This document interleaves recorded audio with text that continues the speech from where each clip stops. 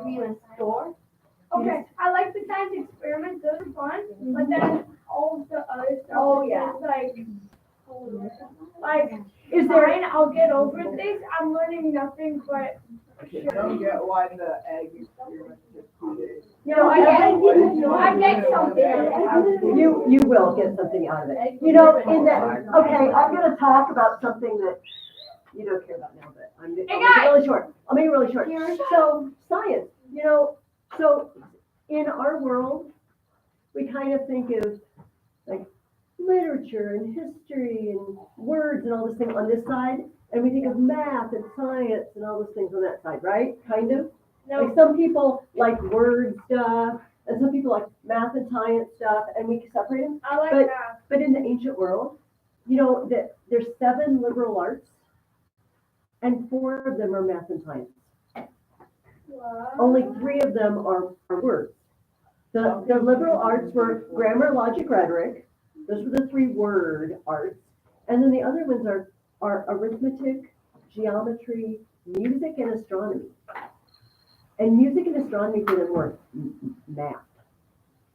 Because music, you know, has intervals, it's mathematical, and astronomy is math. It's the movement of the heavenly bodies through space and time in a regular way. And so it's always kind of funny to me because we always think of, oh, you know, the word related arts are so different from math and science related arts. But they were the 7 liberal arts. They were the basis of education. Yeah. Science is just math in disguise, Science is just math in disguise, indeed. which is why I don't like it.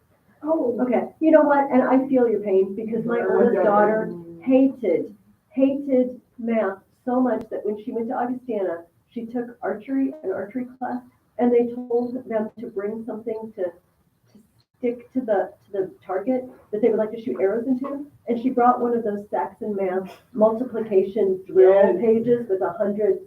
Yes. She shot arrows through it. Let her cook. Okay, so I would like to start out. I have many things I want to do, so you guys have to track with me and not have conversations. But the first thing, I want to share a couple of things in Hans's paper. Hans gave me a paper last week because he had missed a week. And first of all, he did both kinds of parallelism, but he didn't know he did both kinds.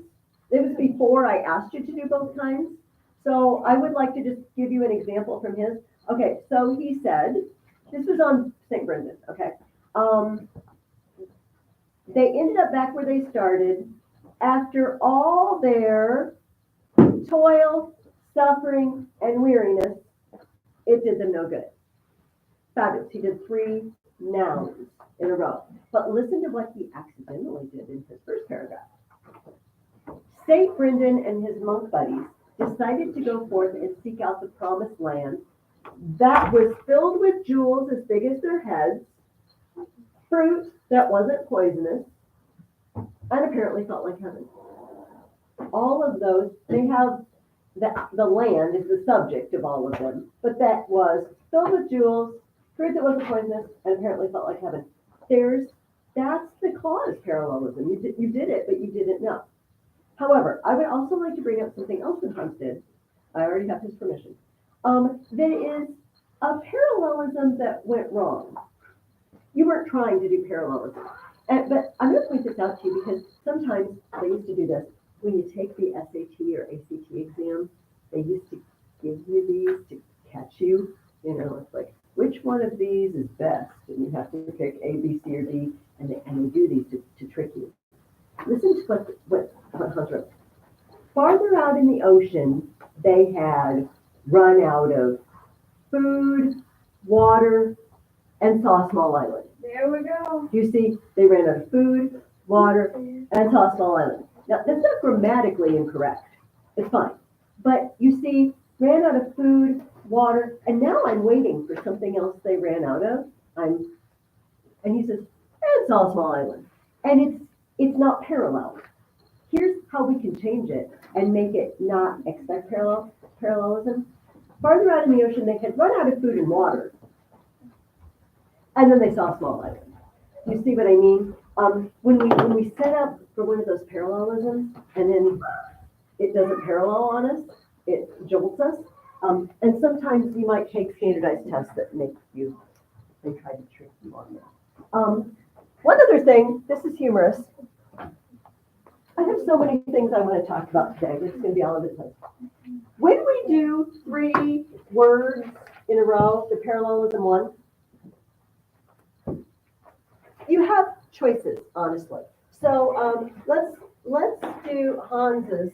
They ran out of food, water, and what else could they run out of? Energy. They're tired. They've been sailing a long time, right? Notice something that I did. Are we with me back there in the back? Oh, I'm just helping. Nathan and, okay. I put a comma here, and I put a comma here. Sometimes people do this. They ran out of food, water, and energy.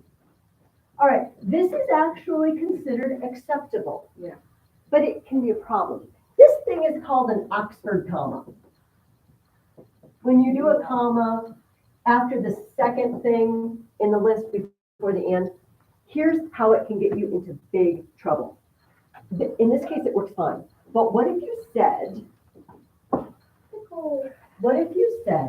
love my parents, Kermit the Frog, Yes. and yes, I love my parents, comma, Kermit the Frog and Medusa.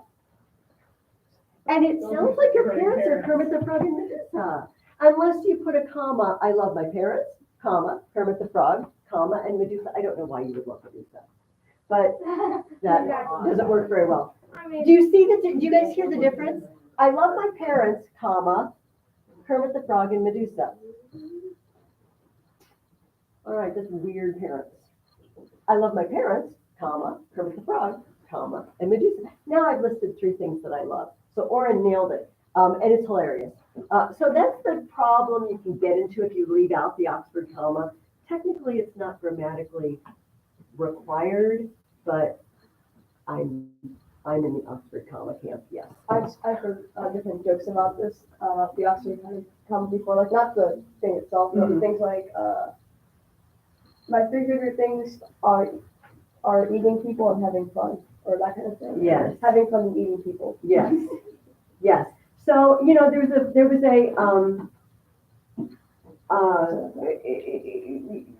meme going around, and they were telling the difference between, this is not the Oxford comma, let's eat, comma, grandma, or let's eat grandma.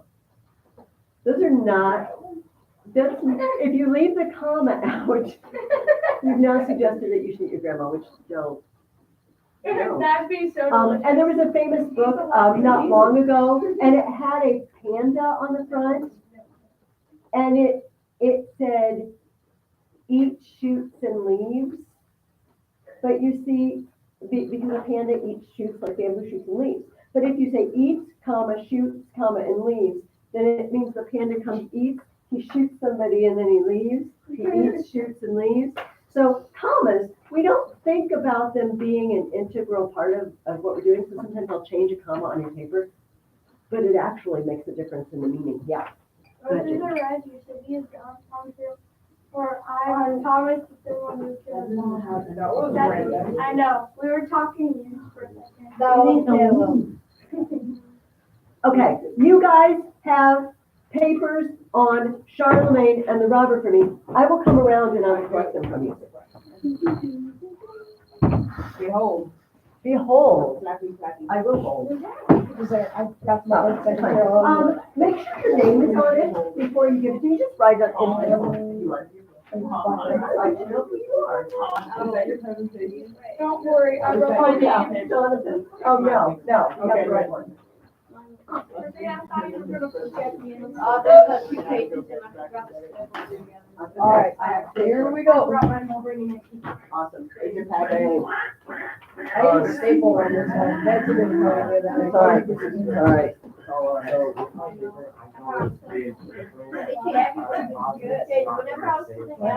Oh, okay, you know what? But do you understand the one I read out of your paper, how you did them in a row? So as long as you understand, don't worry about it. Do what you did. Oh, yeah, do what you did when you didn't know you were doing it. That's easy. All right, you know what, Caleb, you can say paper. I'm talking. What you did when you didn't know you were doing it. Hey, open up your reading guides to page 17. I've got pictures to show you. I've got stories to tell you. We're going to do a whole new kind of writing. It's short. So It's just, this is a win-win day all around. I feel like. I looked through it looked cool. And I've heard a couple stories like more things. It's weird. Maybe not as weird as regular nights, but it's up there. Okay, awesome. All right, this week, hey guys. Oh, we don't have the ladies here to calm the. I don't feel like the ladies calm you down all that much even when they're here, honestly. But We're like, do you know what I like? There's a lot of energy in here. And I love, because we're going to talk about Anglo-Saxon England. Like, yeah, there's energy, Beowulf, yeah, I love the energy. Okay, so keep the energy, but maybe not the talking as much all the time. Okay, so I didn't bring my map again, but do we all know where the British Isles are? Yeah. Okay, I felt like we did. Here is Europe, here is France, right across the English Channel. I got to take a ferry across the English Channel once upon a time. It was not a very fast ferry, it was big. You know, like there was a restaurant on board and everything. And it took us, we didn't go across the skinniest place, but it took us like 2 or 3 hours to go to France. It was very fast, it's not very fast. We, in August, we're going to go to England for the first time. This is my first time out of the country. Oh, you're gonna have a wonderful time. My son just went to Ireland, in May, yeah. I'm going to Maine. I'm going somewhere. I'm going to Maine in a week and a half, People. and I'm seeing the Statue of Liberty. I have never seen it. Okay, well, come back with me. And New York City, sorry. We're now in heading trouble. down to Maine then. Hey, guys. Down to Maine. Yeah, and we're going Go. inside of Hey, back to England, back to England. Yay.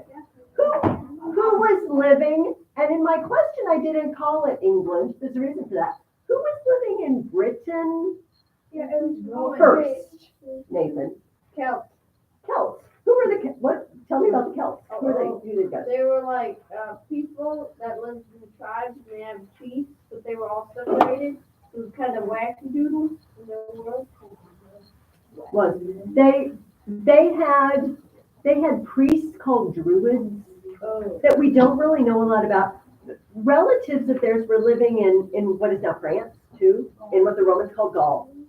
And these are the people that probably built Stonehenge. Do you guys know what I mean by Stonehenge? Yeah. The big stones that they think are astronomical. They're laid out to be lined up with where the sun rises at certain times of the year. My daughter went to Stonehenge, and she said, it's a lot of rocks, big rocks standing up. It's not a lot more exciting in person than it is in a picture, but I still think it would be very cool. So these Celts were living there, and then, they're living the dream, they're having a happy life. Then suddenly, Julius Caesar shows up with a bunch of boats. What does he want? Well, he wants to take over, because that's what Julius Caesar does, right? That's his job. So he's campaigning in Gaul, he's conquering the Gauls, and he said, I think those dirty, rotten people across the water there on that island, I think they're helping the Gauls. I think they're sending them supplies and men and horses. I'm gonna go get them. And so he went, but he didn't get them. He didn't get them because they're pretty tough.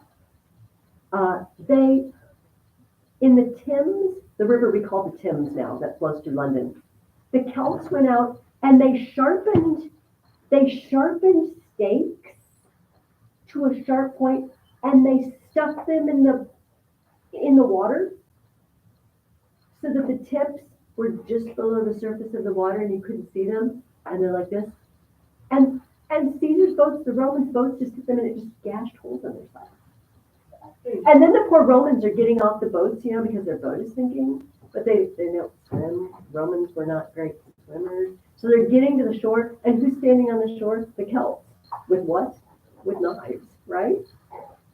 Everybody who clambers out of the river. It wasn't very good. So Julius Caesar tried, but kind of failed. It just wasn't worth his time.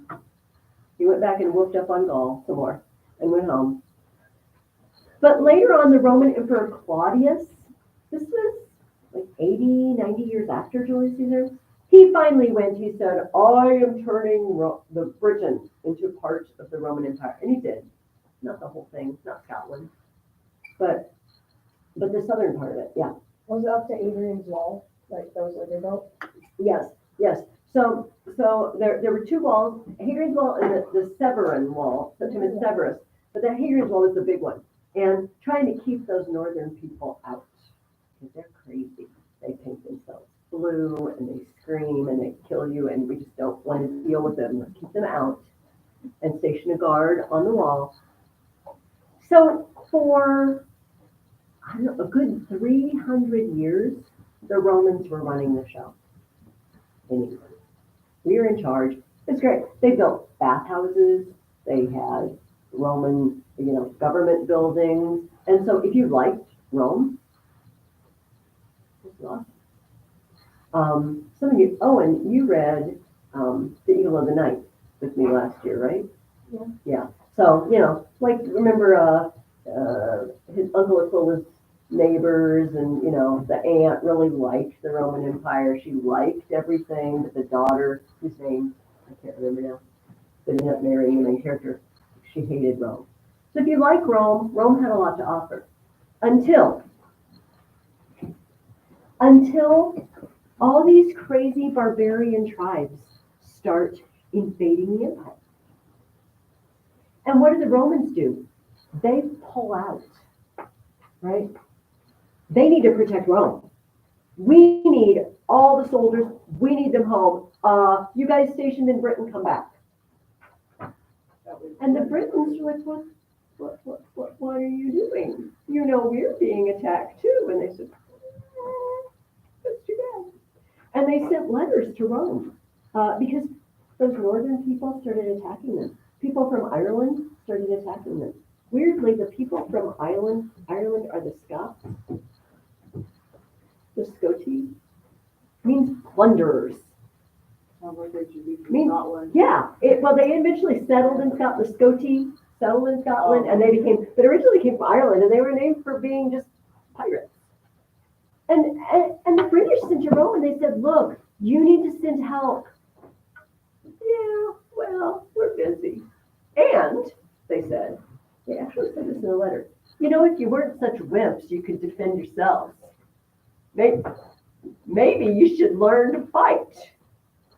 Maybe that would help. They didn't say it quite that bluntly, but it was close. So eventually, Britain is lost to the Roman Empire, because most of the West is lost to the Roman Empire. So Britain is a sitting duck for anybody who wants to come in. Who wants to come in? The guys from the north. Those Scots who have now settled in the north, and a group of people called the Picts. The Picts. They keep attacking. Well, they had a leader named Vortigern. Vortigern had a brilliant idea.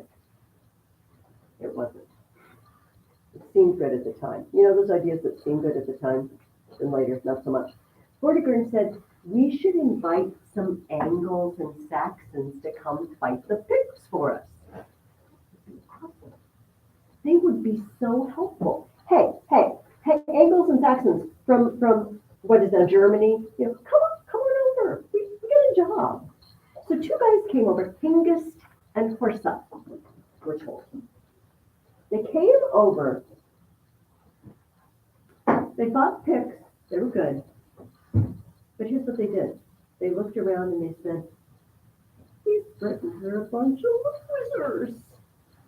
Take them easy. So they start sending messages back home. Hey, Uncle Joe, Aunt Ethel, bring the kids, bring the cousins, come on over. This place is great.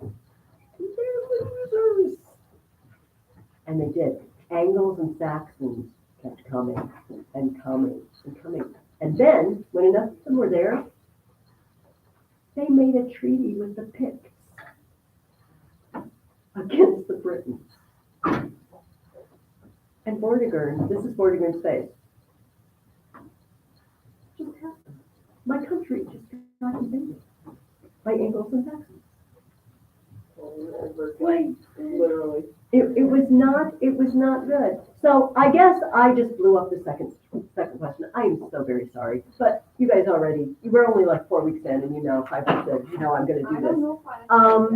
So the Angles and Saxons got invited, but I can salvage the second part of the question.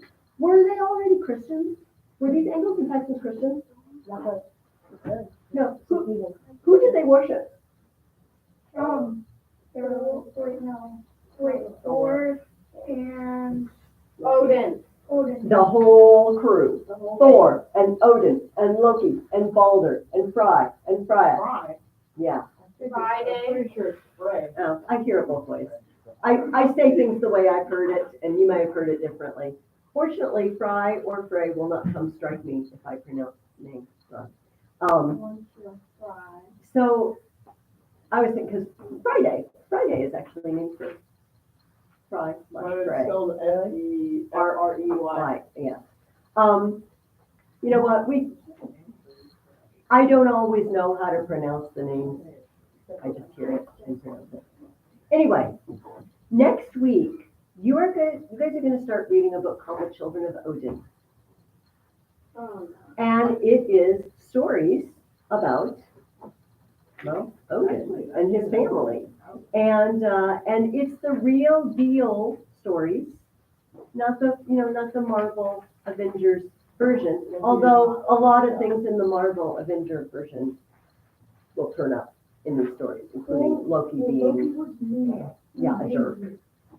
Except Loki is a jerk in every version. Odin's kid, though. Yes. So that's who these people were worshiping. They came in and they swept the Britons aside. So, next question. Why do now we call that country England? Engleland. It's Angleland. Angles. And the Angles were not obtuse at all, were they? They were pretty smart to take over the whole country and make an alliance with the enemy, I feel like. So for a long time, the high school kids, some of you have older siblings. We've been reading the book that Jordan Mills tells about. This book by the Venerable Bede that tells the story of the church in England at that time. The Britons were already Christians. You know, St. Patrick was a Briton and went and evangelized the Irish. The Angles and Saxons came in, they were not Christians. And guess what? The Britons said, I'm not evangelizing them. They're scum. They're absolute scum. I'm not telling them about Jesus. And the missionary that the Pope sent to England, the Bishop Augustine, he said, if you don't forgive and spread the gospel as you're called to do, you will suffer.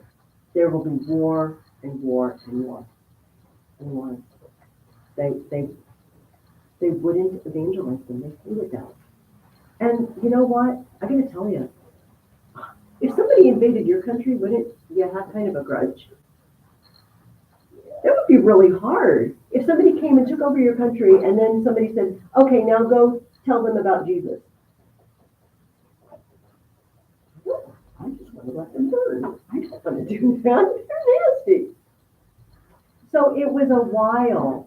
It was a while before the Angles and Saxons became Christians. It took 100, 200 years, slowly. The Pope sent a missionary to England named Augustine, like I mentioned, and finally the gospel started spreading. And finally, they laid aside Thor and Odin and embraced Christianity. Okay, one of these Angles or Saxons was named caveman. And this is the next question I asked you. What was Caedmon's great gift? What did God give to Caedmon? Yeah, Nathan. He made English learning. Kind of. You might be thinking about bead. What is it, Bentley? Like you say. Mm-hmm. A hymn, like a particular hymn? What we're going to call it poetry.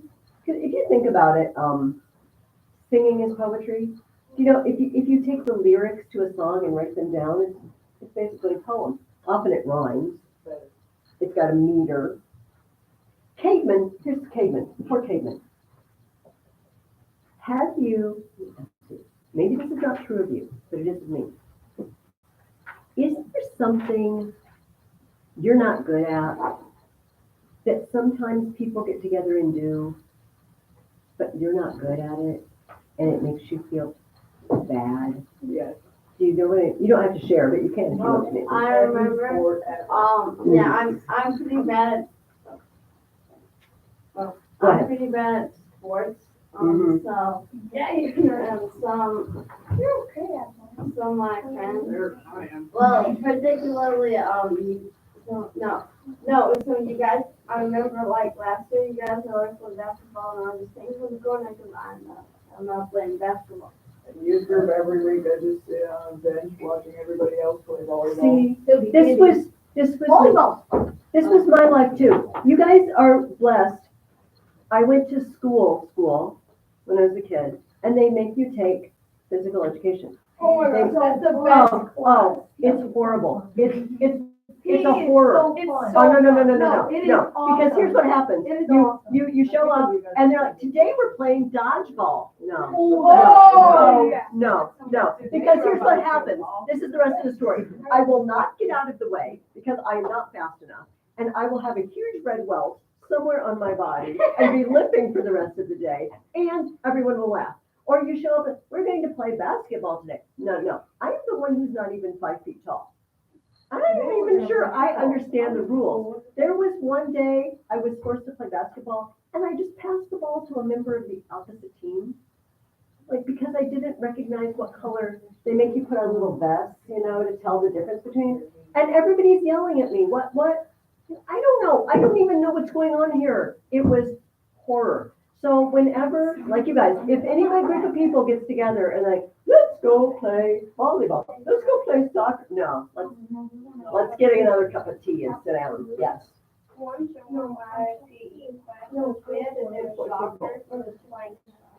So you had to stay in the plank. Guys, I can't hear. So you had to stay in the plank, so you did the position. Mm-hmm. Whenever the ball comes to you, let's one arm up and hit it. It was Oh, no. Well, so some of you know what I mean. If you are good at sports, maybe there's something else you can think of. You do not have to share that you kind of stink at, but sometimes people do this activity and it just embarrasses you. Caedmon was singing and poetry. Caedmon was bad. So he worked in a monastery. He wasn't a monk, but he was sort of like handyman, and he lived on the grounds. And in the evening sometimes, the monks would all get together and say, we're going to sing. We're going to make up poetry and songs. And Caedmon would just, he would just slink out of the room. And like, I'm going to go check on the horses in the stable. He would find a reason to leave. One night, he's skulking outside. And it says, Bede, our friend Bede tells the story. It's unsure if he sees a vision, if it's a dream, whatever, but a man comes to him and says, sing for me, Caedmon. And Caedmon's like, I can't sing. I don't do poetry. That's why I'm sitting out here and I'm not in by the cozy fire with everybody else. I can't sing. And the man said, you will sing for me. And Caedmon said, what shall I sing? And he says, sing the creation of the world. And, just a second, give me a moment, because it's in book 4. And we have it. Bede wrote it down for us. We don't have very many of his poems. He just suddenly says this: praise we the fashioner now of heaven's fabric, the majesty of his might and his mind's wisdom, work of the world warden, worker of all wonders, how he, the Lord of glory everlasting, wrought first for the race of men, heaven is a roof tree, then made he middle earth to be damaged. What did I just say? What just came out of my mouth? Says Caveman. So in the morning he goes in and he talks to some of the brothers in the monastery and he says, something happened to me last night and suddenly I can write poetry and sing. And they said, really? Let's go talk to the abbess, the lady in charge of the monastery, and see what she thinks. So she said, well, tell me your story. And he said, the story. She said, well, can you make up another one? And she gives him a Bible story.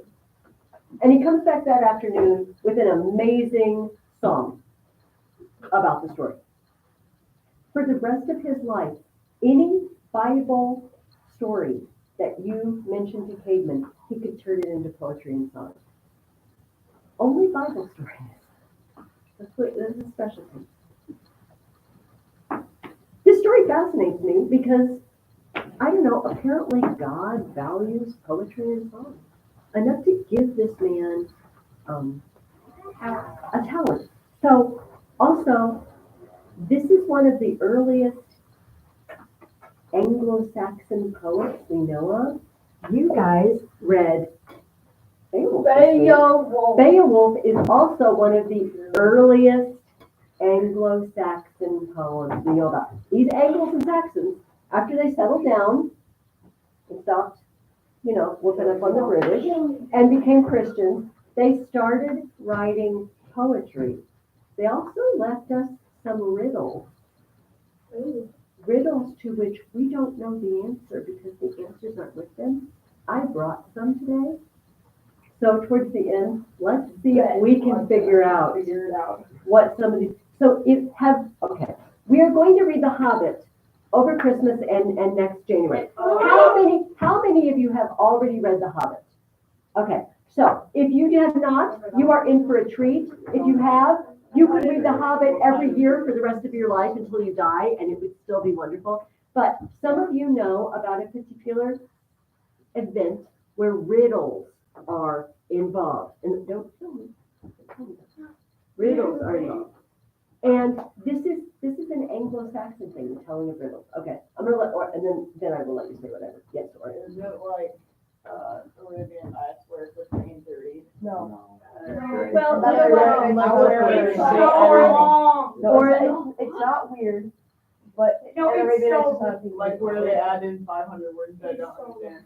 No, you know it's what? not like that. That's what dictionaries are for. And sometimes, hey guys, I want to say something really important because Oren said something really important.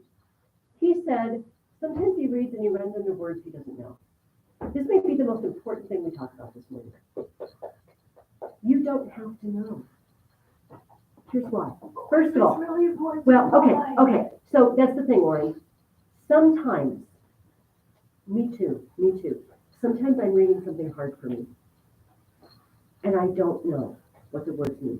But you know how if I stopped and I looked up every other word, it breaks the flow? Do you know what I mean? You stop and then you go look up the word and then you forget what's going on. Do you know what I mean? So if you can kind of know what's going on and not totally know what that word means, it's so okay to just keep moving on. Don't trip over it. Don't let it stop you. But if you keep going and you say, like Oren just mentioned, that word seems critical. If I don't know what that is, I don't know, then you have to stop. Don't let unknown words stop you when you read. Don't let every unknown word stop you. Do you know what I mean, Oren? I was thinking, my dictionary isn't full of old English words. Well, that's true. But if it makes you feel better, The Hobbit was, Oren, The Hobbit was written in the 1940s, so it's not like it's 100 years old. Just a second, Nathan had something he wanted to say. Do you remember what it was? No. Whoa, oh, you did. Whoa. Excellent. But The Hobbit is a great book. It is really, really long, but it is really, really awesome. It's It's not, not I long. don't feel like I it's don't that think it's that long. long, no. It goes really fast. I'll just use an Okay, we'll talk about that in December, okay? But Zachary, go ahead. Well, I was gonna say, I for mean, next we is can if you have watch like that. highlighters, you just click highlight the words. You know. Oh, yeah, you know what I do too? I use these, hey guys, I use these. So these are in here these are the riddles that I was gonna read. But if you get, these are cheap, you know, at Office Max or whatever. And so when I'm reading, if it's something I really wanna remember, or it's something I'm not totally sure I understand it, totally fine to write in your book. Like I support writing in your book, but you have to obey your mom. If your mom says, don't write in this book, you have to obey your mom. But writing is good. But if you don't want to do that, you can mark them and then you can go back later, you know, so you don't lose the plot. Okay, that's my reading hard books tip for the day. Let's go back to wherever we were, which was cavemen and then The singing and then. Singing. Okay, we'll move on. Actually, let's stop for a minute because we're kind of derailed. Let me show you some things I brought. Oh, actually, no, I know what order I want to do that. Let's do our last question first, and then we'll move on. Yeah. Random question. Yeah. Are we gonna get our papers back? Oh, did I have papers for you? We did. He turned in one late. So last week I looked at your outline, but he missed a week. So he gave me. Right, yeah. But Oren, thank you. Always ask, if you think you should get a paperback from me, please ask. Sometimes I forget. Sometimes I put your paper in the wrong pile and I try to give it to my Tuesday students and they don't want it. And it's a mess. Who was, what? You have Tuesday students? I do. I do all of this on Tuesday and I teach 2 Latin classes on Tuesday. Somewhere else. Who is the father of English learning? I think this is what you were thinking of when we were talking about cavemen. It was that, I've already mentioned him. the guy. That guy. Bede. Bede. We called him the Venerable Bede. Do you know what venerable means? Vulnerable or venerable? Venerable. Honorable. Said Pete all over it. Cool is involved. So do you know what it means to venerate someone or something? Ill. Oh, no. But that's really interesting because He's been there for me. it's the Latin word for hunting sounds a bit like this. No, it means worthy of respect. So we would venerate a king. We would, in my opinion, even if we don't like him, I don't know where you are politically, I would venerate the President of the United States if he came in. Even if I don't like his policy, because he's the President of the United States, for crying out loud. You know what I mean? I would say, please, sir, have a chair. You know, I am honored to be in the presence of the President of the United States. Yeah, venerate. So he's the venerable, he's worthy of respect. And what are some of his accomplishments? Why does he get to be the father of English learning? What did he do? Anybody? Oh, yeah. Bill. Translated the Gospel of St. John. He translated scripture. It says here, let me read from Dorothy Mills. Bede knew something of all the knowledge of his time. History and grammar, physics and astronomy, medicine and music, and he wrote books about them all for his people. He knew Greek at a time when people in Europe had forgotten Greek. Very rightly has Bede been called the father of English learning. Not only did he write this book, which is his most well-known, but at the end of it, I'm just going to show you the page. There's a list of all the books he wrote. It starts, hey guys, look up here. It starts here, books by Bede, and it goes on the next page. It lists all his works, and all of these, there are things like on the Gospel of Mark, 4 books. On the Apocalypse of St. John, 3 books. On the books of the Blessed Father Tobias, 30 questions on the Book of Kings, 1 on the Song of Habakkuk. You get a pattern here, lots of Bible commentaries, but also a history. And do you remember was it our first day, second day maybe, that we met? I told you that once upon a time, the British Isles were the scholars of Europe. They were the They were the place where learning was kept. Bede is part of that. Dorothy Mills mentions another guy named Theodore. They sent him to be bishop in Britain. He knew Greek. Bede tells us that his students knew Greek and Latin as well as their native tongue. That's how good how well he trained them, how good a teacher he was. Britain, Anglo-Saxon Britain was a happening place. It is where the action was. And when the king of the Franks wanted to set up schools, who did he call? He called. Who are you going to call? See, I want to do a Ghostbusters thing, but you're too. No. You guys are too young for that. Who are you There going to you call? go. You're going to call Bede. You're going to call Britain if you want learning. Yeah. I thought I was gonna call the Arabians. The what? The Arabian people. Oh, yeah. Charlemagne talked to them. He sent letters to them, but they weren't going to work together. But it's really interesting that you brought that up because I'm going to show you. First of all, I have pictures of Anglo-Saxon artifacts that they found, that they dug up. But first, I got to show you something hilarious. I brought this mostly for the high schoolers, but it's fun. So, it is a coin. Wow. It is the front and the back of the coin, Wow. the obverse and the reverse. But here's the funny thing about it. Wait, This- that was heads and tails. You gotta hear the story. You gotta hear the story. So this was minted by a king named Offa. He's an Anglo-Saxon king. And this side says Offa Rex, King Offa. On the flip side, okay, I'm gonna put my finger by the flip side and come around, is some weird looking stuff. It's not normal letters, right? Because this is normal letters, Offa Rex. This is, I don't know, this is something weird going on. Is that like candles? No, that's not. Is it Russian letters? You are close. Oh, it was just a guess. Isn't Rex thing in Latin? Not minted. Yes, it is. No, pun No. intended. Greek. It is not. Latin? It is not. Arabic. This is, So we're just. Do it. it's Arabic. Oh, okay, I guess It's I'm right. Arabic. Some king in the 700s in Britain, in England, minted a coin, and he told his, I don't know, minter guy, I'm sure that job has a name, design it.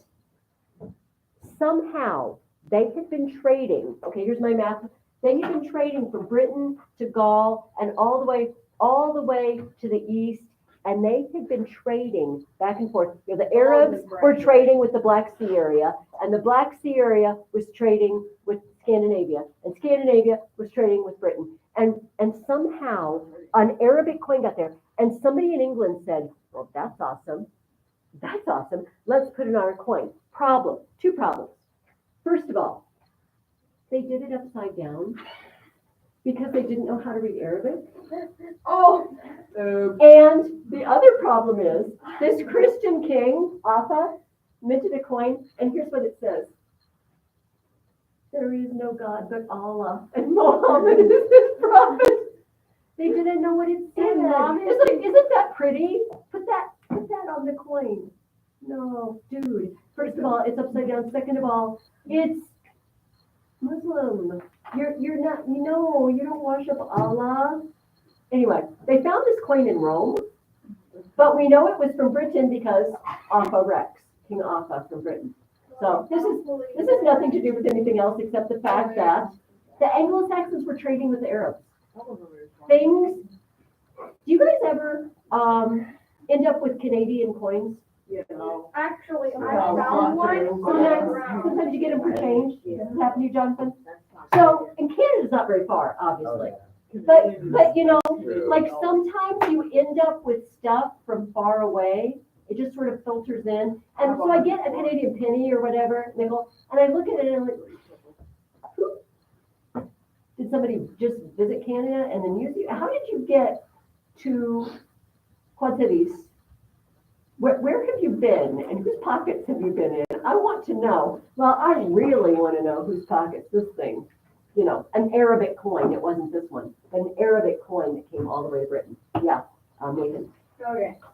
So I remember this one time, I found like a Chinese coin. Ooh. It was silver, but I lost it. Oh, this is a sad story. But, Where did you get it? Where did you find it? my grandmother from South Africa gave it to me. Oh. So I have a couple of South African coins, some English coins, so if English that hasn't had too much inflation, I could buy something. All right. Asher, They're what? like £1. My grandma went to Greece and she brought me back in Greece coins. It was a euro. That was it. That's kind of fun to get foreign coins, isn't it? Yeah. I sure. have money Okay. from Greece, Europe, South Africa, and where is it? Afghanistan. You guys are international. Man, foreign. I have euros, florences, however you say that, and pesos, which not many people know about. Where's that from? Guatemala. Oh, because your family went. I got shoes. Oh, awesome, I fun. have euros, US dollars, and I don't even know. Wow, if these are no gold, way. but, You have euros. I got some money from Egypt. My grandma went there. Oh, that would be cool. We all brought our One foreign of our money. friends, they lived in Zimbabwe, but they came to us and they gave us, they go to our church, so they gave us, Hey, guys. Zimbabwe, money, and in Zimbabwe, it's worth $1 trillion. That's awesome. Oh, You should so go to Zimbabwe with that money. Yeah, Xander. I have money from Guatemala. Yeah, Guatemala. South Africa. Algeria. Ooh. You I think that's it. know what? If you guys want, because this is just kind of cool, we couldn't spend a lot of time. If you want to, only with your parents' permission, if you want to put some of your foreign money in a bag or something and bring it, I would love, we could sort of lay it out, but we won't want to get people's money mixed up. Yes, just so you know it. What's the currency called in Mexico? Yeah. Mexico money. Do they use pesos? Is that, Yeah, they use am I dated? Okay, pesos. I'm not. Oh, I'm sorry. I'm going to Mexico this fall. Also paper pencils.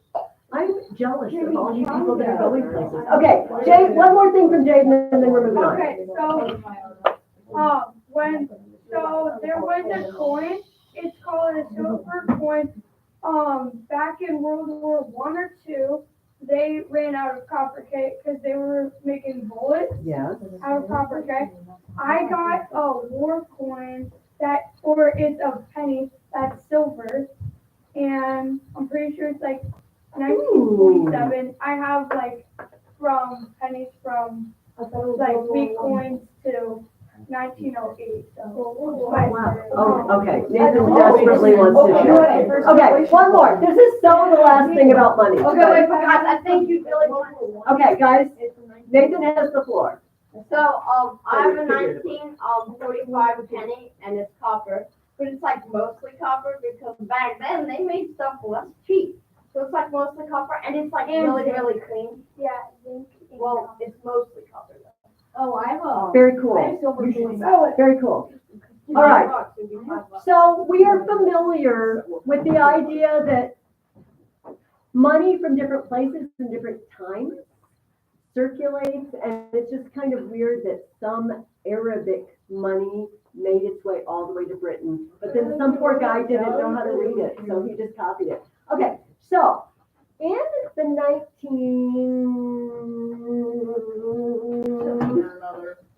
1930s, an Anglo-Saxon burial was uncovered in England. We're actually going to write, our paper is going to be just one paragraph about this. But I want to show you some color pictures of the stuff they found. First of all, they uncovered an entire boat. Here, I'm going to come around with the boat because I can't really see. Like this is the timbers of the boat. You see the boat shape? Oh, no. So this is a boat that they uncovered. They buried, hey guys, they buried, the Anglo-Saxons buried the Lincoln In boats. So can you see the boat shape? Kind of. Right. So it's actually in the paper I'm gonna give you here in a minute, but I wanted to see a better picture.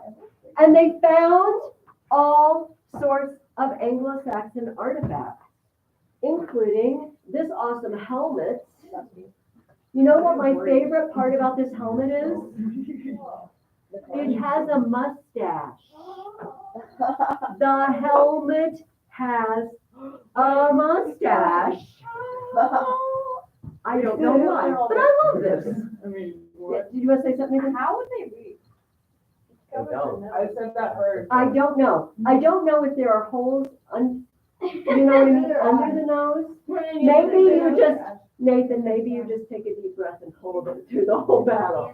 Yeah, just your eye holes. Also, Nathan, I don't know how close fitting, you know, like we have very close fitting helmets now, motorcycle helmets, you know, that fit tight, but it could have been, of course, then it would move around, but you know what? I gotta tell you, I am not an Anglo-Saxon warrior, so I have no idea. Maybe it's like a baseball cap or a fish tie on your head that the mask is coming out. Perhaps the mask leans out so the air can get in. They found this. They found a case. This opens. It's like a little purse, honestly, a little case, and it's all jewels and precious stones. They found a shoulder clasp, or this is to clasp your tape together or something. You put the pieces together, and then the pin goes through like a hinge, you know, and holds it together. And it's gold. That these people had money. To put your They arm were back not on. living in the boonies on the edge of the world. They were doing quite well in Anglo-Saxon England. So these are some of the things we found. Let's go ahead and do our writing now. What is it? Because there's no door section. I know. Oh, no. Oh, I have it. You were worried. I was No, I worried. wasn't worried. Because there's also no door section at all. There are 4 for you guys, and then Xander, I'm gonna give you the rest, and if you could just send it around to this. And while you're waiting for your paper,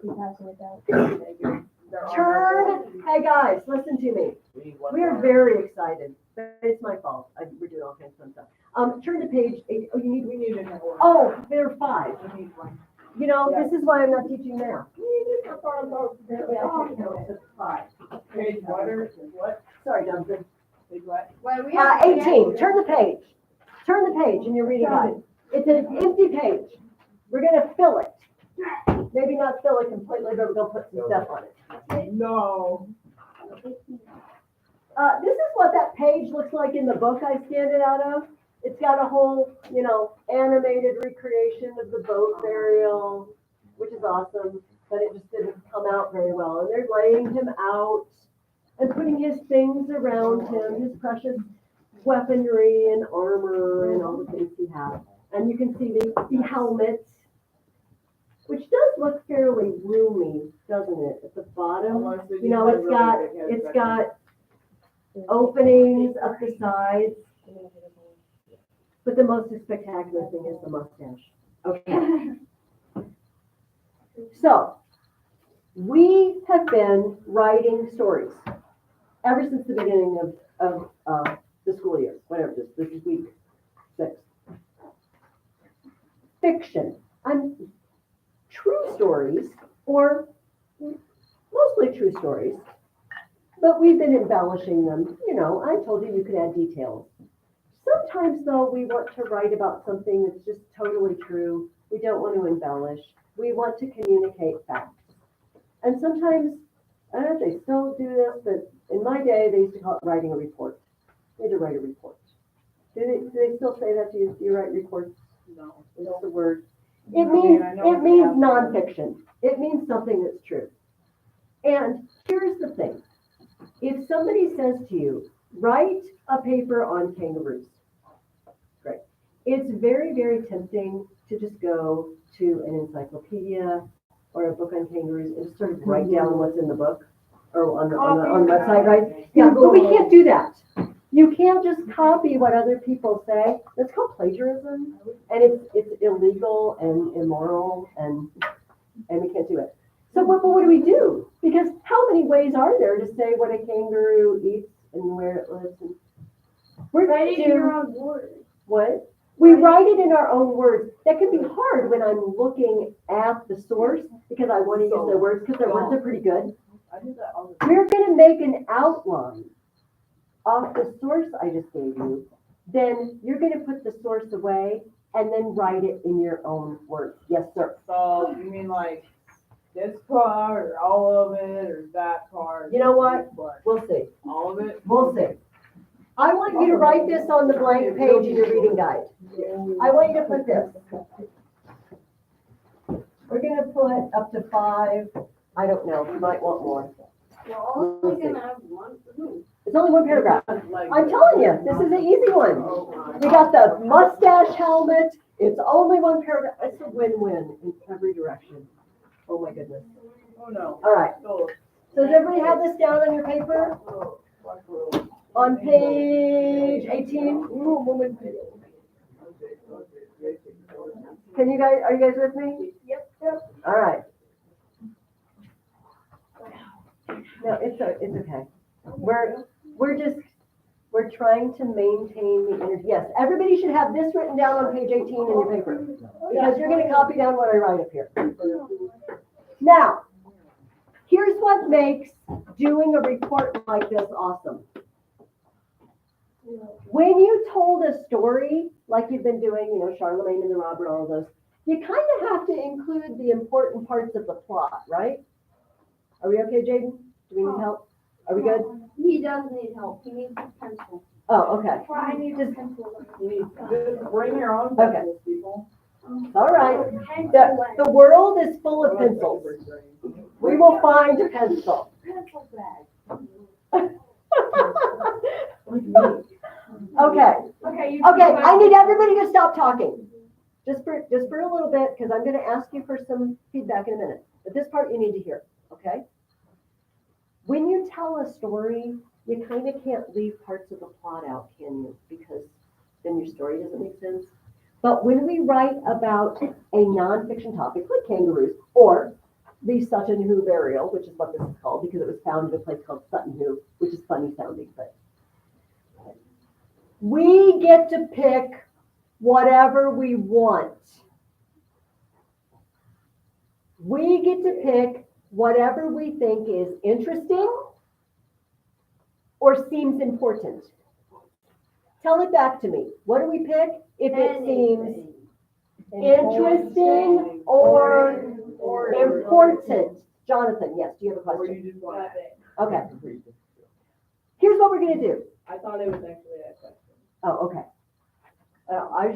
Everybody in unison, yes, If exactly. we know extra information, can we add it in? We can add as many boom, boom, boom, boom, boom as we want. Yeah. If there's just so much. Outside the source text. Oh, you know what? In this case, let's use the one, and I have a reason for that. Okay, there's a reason for that. And ask me afterwards, and I'll share with you the reason if you want to know.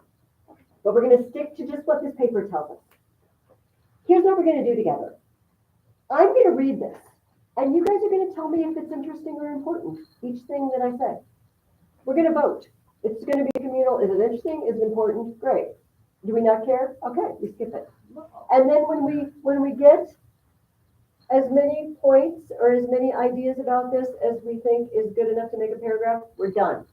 And then we go, I don't know, play a game. Yeah, Because we're done with our assignment for the day. We can go play Nepatopol. So, first of all, we need to know what the topic is, Vote. right? And the topic, I'm going to give you the topic. It says it right at the top. The Sutton, I want you to write this down. Is it an O? Yes. Sutton Hoo burial.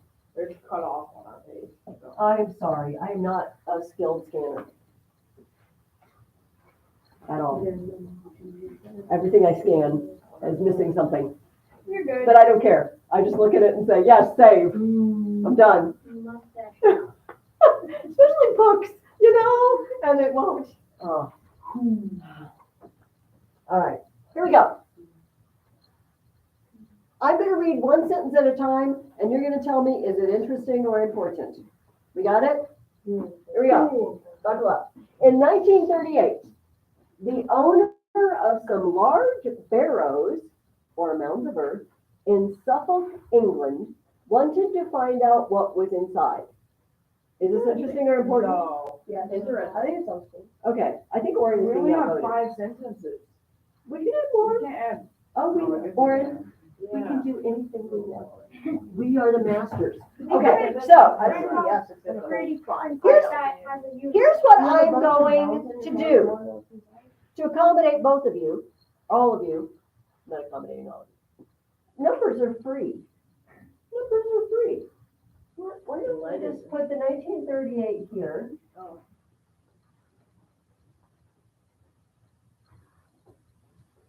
Although, are we gonna think the guy got buried in 1938? Yes.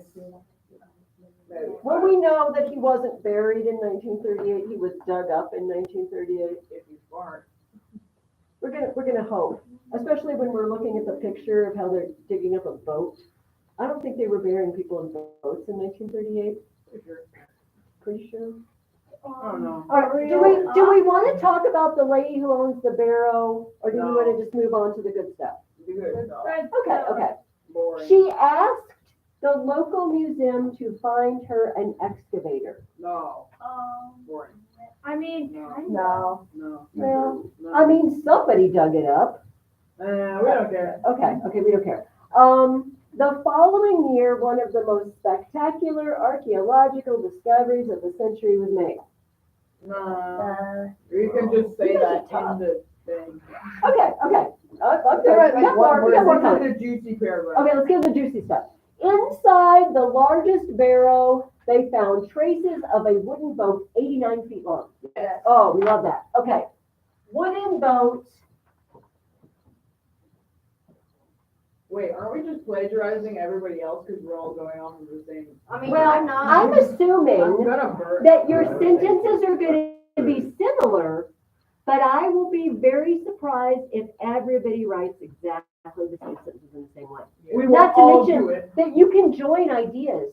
Do you know what I mean? Sometimes you have 2 points, but you might make a compound sentence or a complex sentence. I was And join putting one. FT there. Okay, here we I go. don't remember the colon.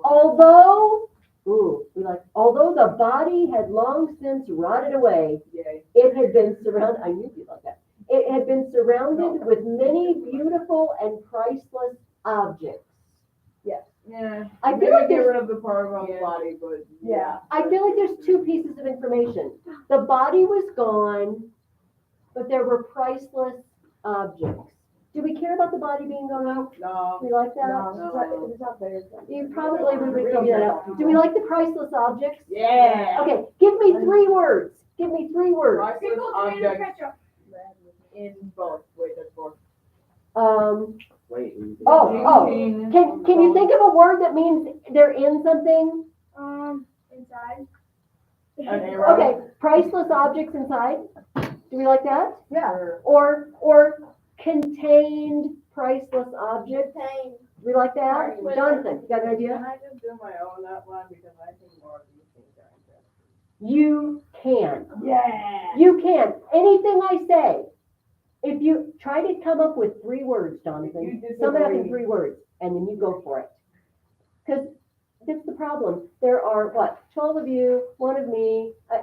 We don't all agree in what's interesting and important. We don't all agree. We don't have to agree. Yeah. Priceless objects with an arrow. Oh, that's good too. So let's put priceless objects. We all seem to agree on the words priceless objects. Yeah. And then you can say inside, within, contained. I like Xander's within. I'm gonna use the within. But you can say it the way you want. It is 9:40. Okay.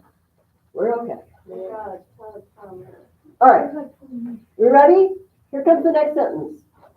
The archaeologists believed that this was the grave of an East Anglian king called Redwald, who died in about 625. Sure. yet. Even if it doesn't seem interesting, it seems a little important who it was. This seems important to me. So how can we sum that up in 3 words though? That's hard. That's a lot of, You don't make it. Apparently, King sentences. 625. okay. Apparently king, we don't have to name his name. The fact that he's a king, we could say King Redwald, 625. We could say, Dead face, 625. What? You gotta know that he died at 625. yes, because hopefully they didn't bury him before he died, because That would be that's cool. a bummer. I don't, East Anglian, do we meet? That doesn't seem like vital to me. This isn't completely on topic, but when you're saying about being buried alive, on like a history article thing, however accurate those are, it was saying that they would check that back in the Middle Ages / ancient times, instead of checking their heartbeat to see if they're dead, they would check their breathing. So in certain comas, they wouldn't be breathing for a long time. So kings would be feared that they would be buried alive if they got certain diseases, because they would still be alive, but they didn't know checking the heart is more accurate. Okay, this has nothing to do with anything, but there are probably more episodes in history than we want to think about of people accidentally being buried. There's lots of stories where somebody's like laid out on the funeral table, the beer or whatever, for a couple of days, and then they suddenly sit up and ask for a drink of water, like they were that close to burying them or torching them, if you're the sort of people that burns a funeral plaque. I mean, it's horrifying. So there's a stupid movie that my family used to watch, and it involved somebody in their coffin, and it was not underground, it was in a mausoleum, but they made a mechanism inside, like to open the coffin from inside, just in case they came to and they found it. I just can't think of very many things more horrifying than. And also, Okay, we're not even gonna go there anymore, because now I'm scared. I think my there also parents used to be these called- great bells where if they actually was buried alive, they could like ring the bell. Yes. Oh, it's horrible. It's horrible. So, okay, the many things that you should be thankful for, one of them is that you live now when diagnosing people as dead doesn't usually happen by accident. Usually we have the medical technology to really, really be 100% sure someone is dead before they go do anything to you. Okay, so we're just gonna big finger crossed for King Redwald that he wasn't. He's dead when they put him in the boat. Okay, but our problem is still, let's just say, Jonathan said apparently King. Apparently King to 625. Okay, I'm gonna put that, but you can phrase that however you want. If you like different words, if you like King Redwald, if you really want to say that he's Redwald, I want you to put that. Oh, you know what? Numbers are free. So we could, if we wanted to, we could say he's apparently King Redwald, or we could say apparently Anglian King 625. Instead of do it either way. putting king, you could put a crown over his name. Oh. Or you could. I put in grave, crown, the little crown symbol, red wall, side, Anglian 625. King Redwald. Mhm. I like it. I like it. Mrs. Burgess. Yes. So in 625, there were Viking kings in East Anglia. Yes. Well, they're not Viking so much as they're all the same people group. So the Angles and the Saxons and the Scandinavians are all like Scandinavia, Northern Europe, Germany, Denmark. They're all these Germanic groups that are related to each other. So they're doing similar. So these Angles and Saxons are worshiping the Norse gods. Does that make sense? But then later, a couple hundred years later, Vikings are going to swoop in. By the time that Angles and Saxons have forgotten that, like we're just the English now, and then another wave is going to come, and then we have Viking kings. Does that make sense? Yeah. All right, we're moving on. Redwald was also declared Bretwalda or High King of Britain.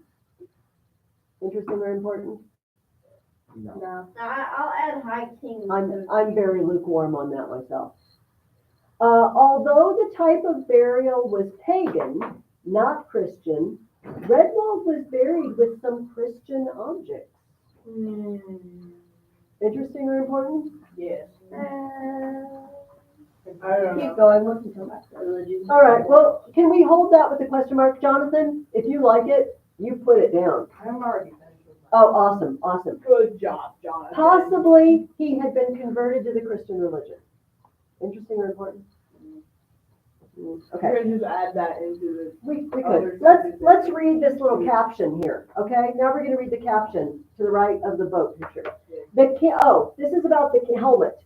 The king's helmet, in mine, I blotted it out of yours because of but there was a picture of that mustache helmet, right?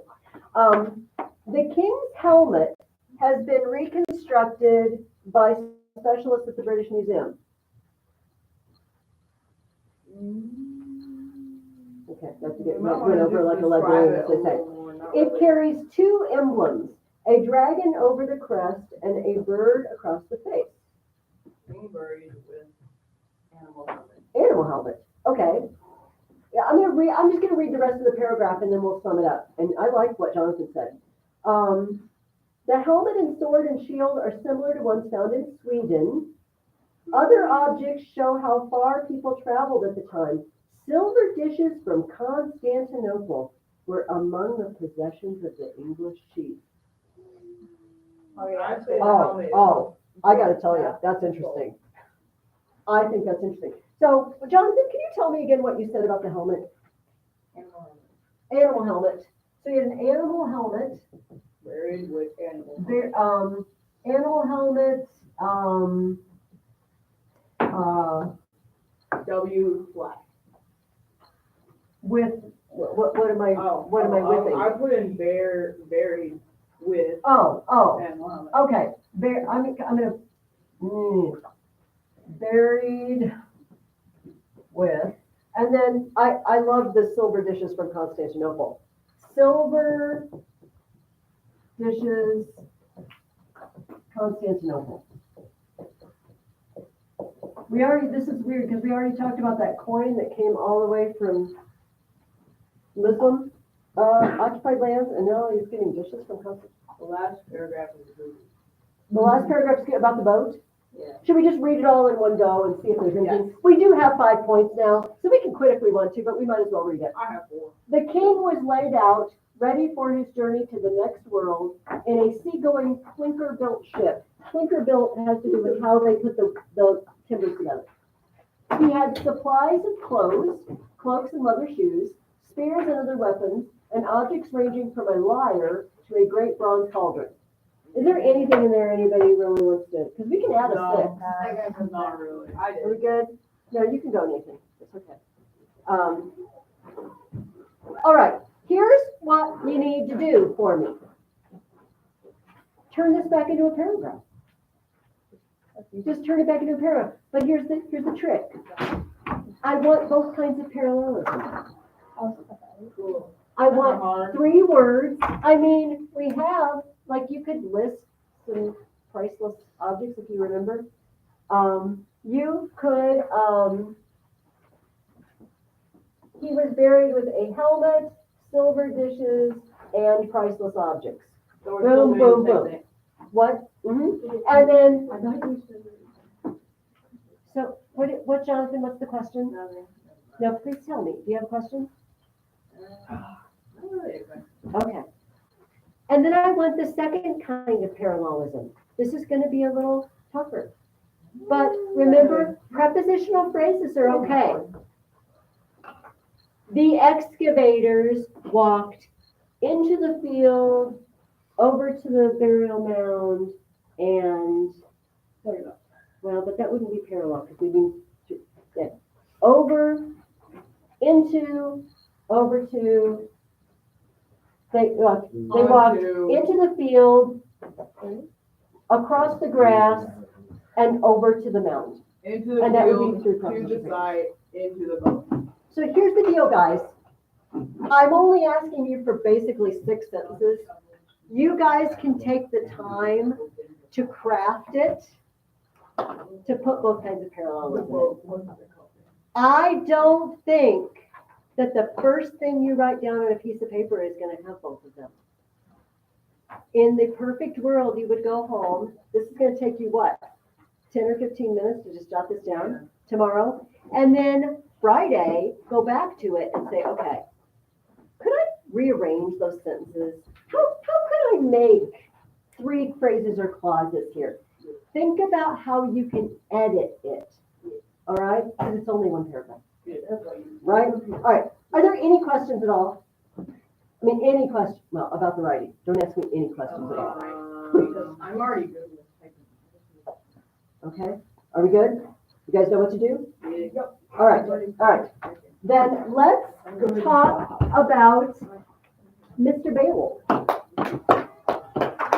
Oh, before we move on, because I'm gonna do Beowulf and these riddles with you, and we're gonna get distracted. So let me just tell you what to do for next week. You're gonna write that paragraph.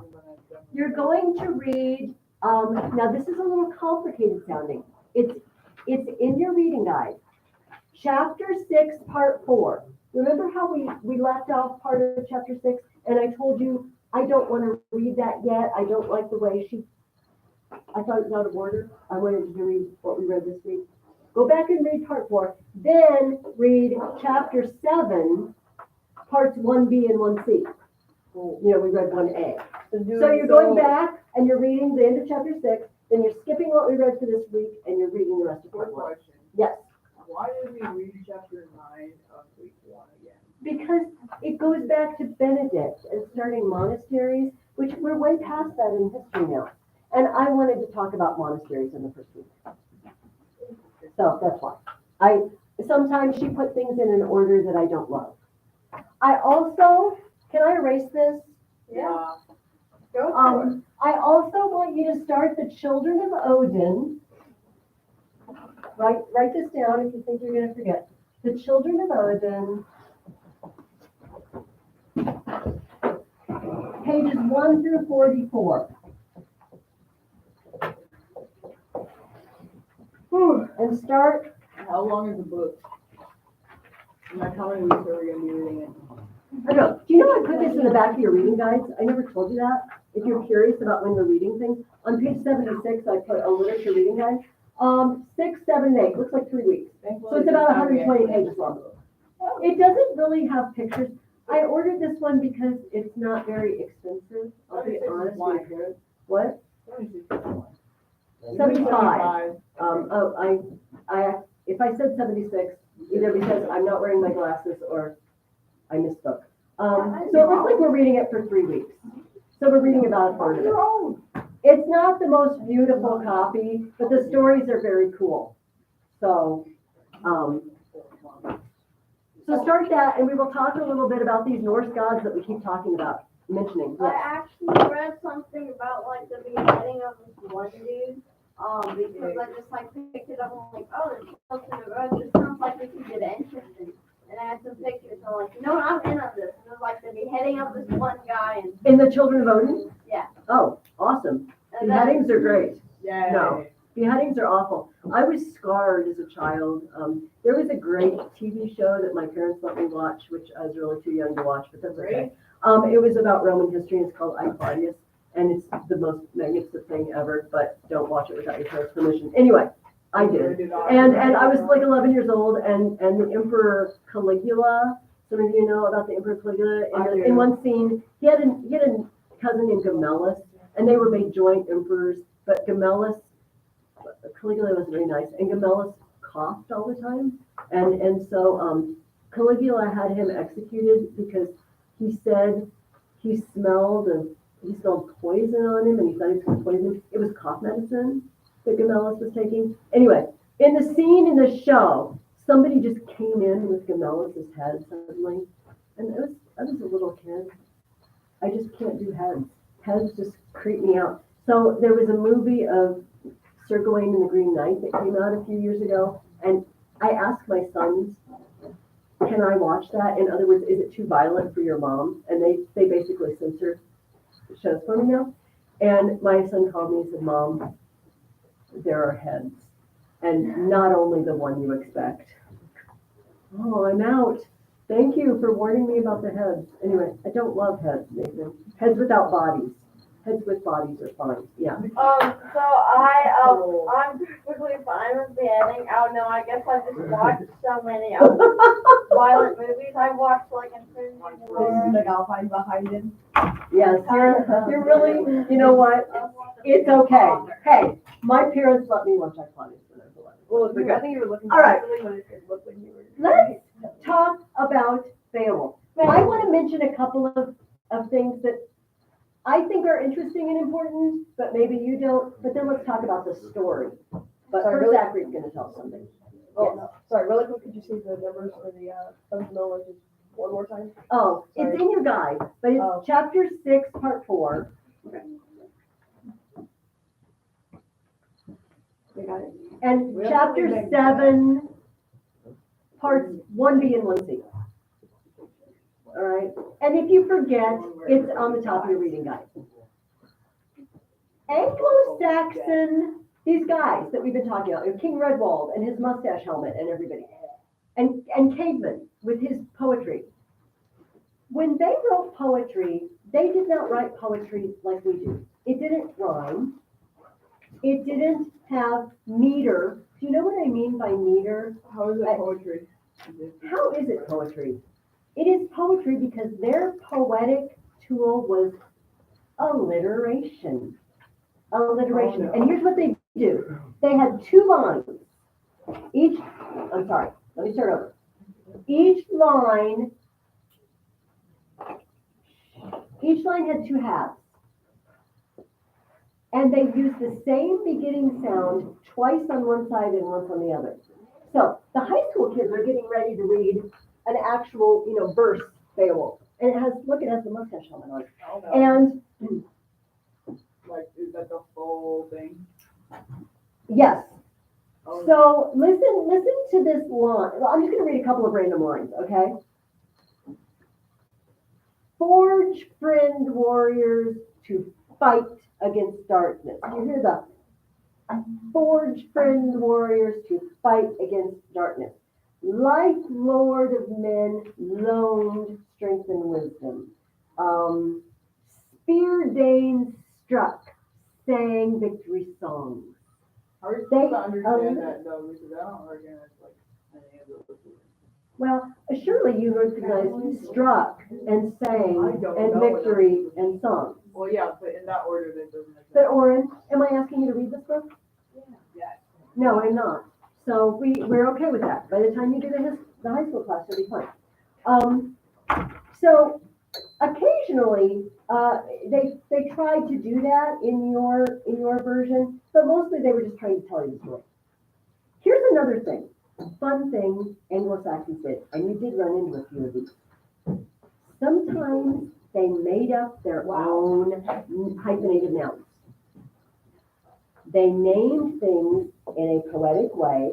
For example, Beowulf and his crew decide to go help, Hrothgar because monsters keep eating his guys. I hate it when monsters come in the middle of the party and they just eat people. Something needs to be done about that. So it says, over the gray Baltic, the wintry whale road. Do whales use roads?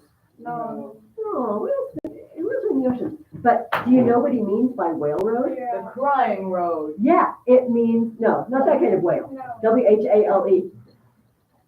The path that whales, the sea. And so in another place, it says his mail coat, his coat of mail, his armor, looped and ragged though it was, guarded his lighthouse. What's his lighthouse? I feel like that's a whole over. Yeah, his internal organs, his lighthouse, the place that he needs, that's not optional if you want to stay alive. Not optional. It's not Yeah. optional to have a heart or a head. Back to the head thing. It's not. I know there's another one. Hang on. Oh, where are you?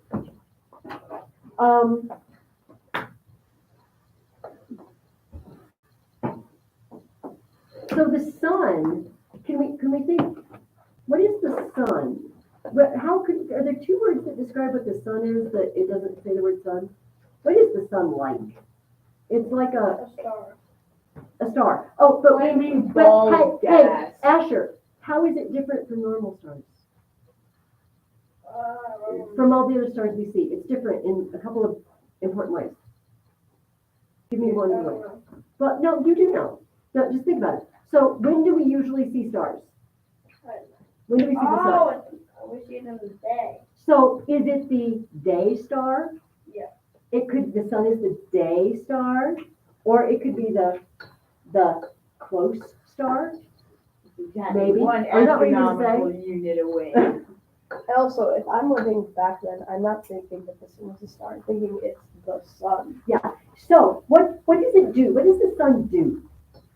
It's a flaming ball of gas that's Emits time to light. explode. Okay, it emits light. Tell me something else that emits light. Explodes. A light bulb. A light bulb. Okay, so they wouldn't have light bulbs, but we do. So it's a bulb. It's a bulb. But where is it? In the sky. Sky. It's a sky bulb. 49. The sun is a sky bulb. miles away. Sky candle. It could be a sky. You know what? They actually use the phrase sky candle in Beowulf for the sun. Yeah. Or sky lamp. Do you see how it works? Like a camera. Oh, this is coming to me. I haven't thought it out. What's a camera do? Take Pig pictures. snapper. Okay, and a picture of what? Picture of anything. Of anything, of an image. A camera is an image, Maker. an image Generator. maker, an image generator, A pig snapper. a pic snapper. That's a joke. And I would use that if I'm an Anglo-Saxon poet. I say that instead of the more common thing. Does that make sense? The carpet is a floor lawn. It's a floor carpet. Except for this. Or garden. It's really That's Floor garden, hard. especially if it's got patterns on it. This one doesn't. No, I mean, it kind of floor does, garden. but not really. It's soft, like grass. So this is what the Anglo-Saxons did with their poetry. But you know what? People don't love Beowulf because of that. And those are called kennings, by the way. When you take like the sky lamp, floor garden, when you take the word, they called it a kenning. And if you want to amuse yourself, look, they can make up kennings. That just sounds like you're part like, and the goblets clash. I mean, instead of just they feasted. Yes, The goblets. yes. Yeah. The old goblets. The feast is a goblet I'll have to work on that one. I don't know exactly what I want to say about that. Beowulf, guys, what did Beowulf do to the first monster, Grendel? Tore off his arm Oh my gosh, with what? With what weapon? with his bare With hands. his bare hands! Sugar more That's so violent. Because Beowulf is awesome. It's awesome. He's like, Here comes the monster. Listen. One night, when the warriors of Hrothgar lay slumbering after banquet, came to hear us, broke down the door, seized in his fell grip a score and more of the sleeping sons of men and carried them home for meat. So more than 20. Yes. Night after night. Oh, listen to the alliteration. Night after night over the misty moor came Grendel, gross and grim, famished. That's a little violent. oh, I thought the duration was 3. And Hrothgar can't do anything about it. They just go lock their doors. You know, because the Anglo-Saxons, here's what I want to do. I've got a big feasting hall, a meat hall, and I'm gonna drink beer all night long until I pass out on a bench. Frankly, that's what I'm gonna do, honestly. And we can't do that anymore because as soon as we pass out on the benches, Grendel so we don't have parties anymore. I don't think I like Grendel. I don't. Good. Yes. What if they just move? That's what I was thinking about. Well, here's the Like, thing. we move. Yeah. But this is their home, hon. This is Rothgar's realm. He's the king. Do you think the neighbor's gonna let him just move in and be king there? No, stay in his kingdom, just move his palace. Don't you think Grendel's smart enough to find them? I think he will find them. No, the- they should He find lives in him. a black pit. Beowulf, the poem tells us that Grendel hates them because they party, because they have friends and they have fun. What's wrong with partying? Nobody never invites Grendel, Lauren. Grendel is his home. Nobody invites him to drink all night. Because he's a jerk. Yeah, That'd be I guess there's a lesson for us. Don't eat the guests if you want to be invited to parties. That's what we're supposed to learn. No. It's a little scary. He rips off Grendel's arm and nails it to the wall, to the doorpost, so everyone can see. And they're, hey, let's have a party tonight. Grendel's mother. And mother animals don't like it when you kill their babies. Do we know this? Funny. Like, No mother animal likes this. it was funny because at the end it was like, and then they feasted, and then the very next page, Grendel's mother. Like you think it's over, Grendel's mother, like right there. Mother. Grendel's mother.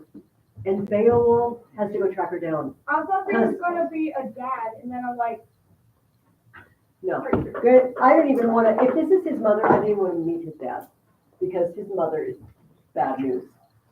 His mother lives in the bottom of the lake. You go to the lake and it's full of sea monsters and horrors. It's awful. He dives down into it. She lives down there in a cave and he takes her out. He finds a sword and she's so nasty that he kills her and then the sword melts in it. It's only that. Oh, he goes back to Hera and Rothgar. Yay, Beowulf, we will give you all sorts of presents. We love you. Thank you. Now we can have parties again. That's the most important thing in the world. They send Beowulf home. 50 years passes. The king in Beowulf's home has died, and Beowulf is the new king. Yay. And all is fine and dandy until one day. Some runaway slave sneaks into one of these barrows. It's got an opening. And the barrow used to be occupied by a deceased person, but now is occupied by Grendel's mother. dragon, who you probably know love treasure. Dragons dig treasure. Love it. I wonder why. Remember in Hobbit? Well, anything shiny. no, but this is a thing. Yes, dragons love treasure. So this runaway slave sneaks in and he steals a cup. Just one little cup. For cash. He's gonna sell it for cash because he needs money. But here's the thing about dragons, guys. If you find a dragon, don't ever think you can run away with one of his things and he won't know it. He so knows. He knows every single bit of every coin, every jewel. He knows. And he wakes up and somebody stole my cup. I am going to go torch the countryside. No, my tiny And he little does. boy. Here's the problem, guys. Beowulf was the hero of the hour 50 years ago. What happens to people over 50 years? They die. Well, sometimes. But if you don't die, what happens to you? You get old. You get old. You get old. Just stop for a minute and think. You're Beowulf. You're Beowulf. Man, I was the greatest thing. I ripped his arm out of the socket. And I dove down there and killed. I was awesome, but Now I'm 50 years or 75. 70 plus years old. And he says, I'm going to go kill that dragon. Oh, you guys stay away. I'm going to do it myself. what I'm did going to the do it. dragon ever do to you? He hasn't done anything He yet. did. He torched the countryside. And he He pulls started his killing palace. people. Yeah. Just like walking. Oh, I'm back. And guys, can Beowulf take on the dragon alone? No. He can't, but he told his guys to stay away. And they're all, they're all huddled in the woods. They're like, oh, I want to get close. One guy, a relative of Beowulf, says, "You guys are jerks. He needs our help." Once upon a time, he was great. And he's still great. Love him. But he's a little old now, and he needs help. Didn't he have parties with you? Didn't he give you food and drink? Didn't he give you gold and cloaks? Hasn't he been a good king and master for you? Go out there and help. And they're just, oh, I don't know. The two of them together, Beowulf and his young cousin, take out that dragon. You guys did.